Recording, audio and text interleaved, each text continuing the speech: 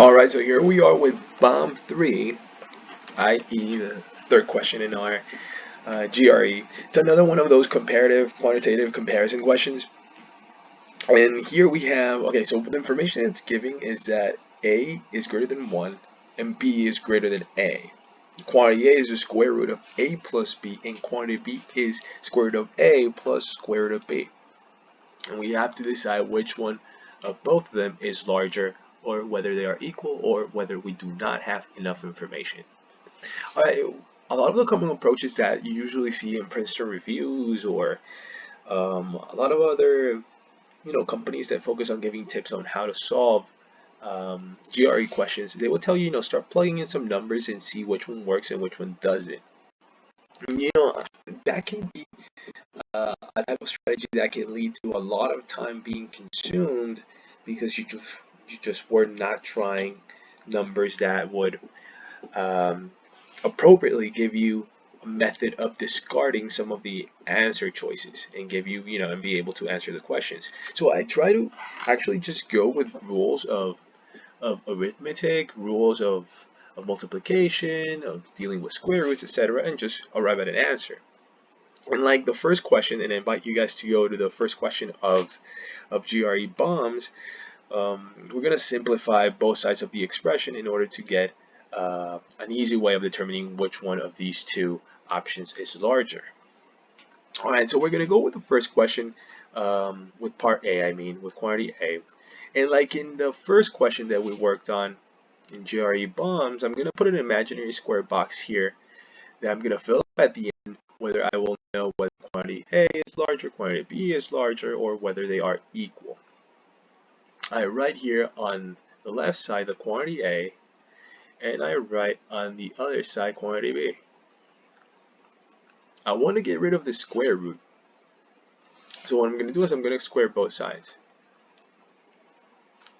Both sides of the expression of quantity A and quantity B, and that will get rid of our square root. So for example, and let's just go back, maybe a little review of the rules of exponents. The square root itself can be written as 1/2 power. So why is the square root being getting rid of when we square on both sides? Well, because when I square both sides, for example in this case, we know that we can multiply these two exponents, and 1/2 times 2 is 1, and that's why we get A. So you can always see the square root as an exponent of 1/2 on the entire thing. So when we square, the square root goes away. We're left with A plus B. We have the empty box here.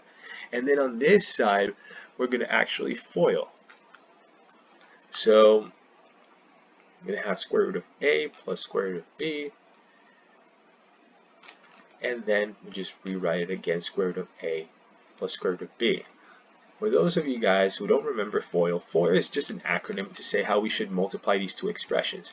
FOIL says, well, look, multiply the first two numbers on both expressions, which are square root of A times square root of A. I'm going to multiply these two. They're going to multiply each other, and the square root will get canceled. In FOIL, okay, the acronym is FOIL. The O means outer, stands for outer. So I'm going to multiply the outer two numbers, which are square root of A times square root of B. So I'm going to write plus square root of A times square root of B. The I is for inner, so I'm going to multiply these two plus square root of B times square root of A. And L stands for last. I'm going to multiply the last two numbers on both expressions. I'm going to have square root of B times square root of B. Okay, in the first one, I just right away simplified to A. It was really square root of A times square root of A. In fact, I'm going to write it here so I don't skip steps. Alright, so square root of A times square root of A is A. Then we have, okay, that doesn't look good, so we're going to rewrite it. Square root of A times square root of B. Now notice that square root of B times square root of A is also the same as square root of A times square root of B. So we actually have two of those. These two middle numbers are the same. So I'm going to write 2 square root of A times 2 square root of B.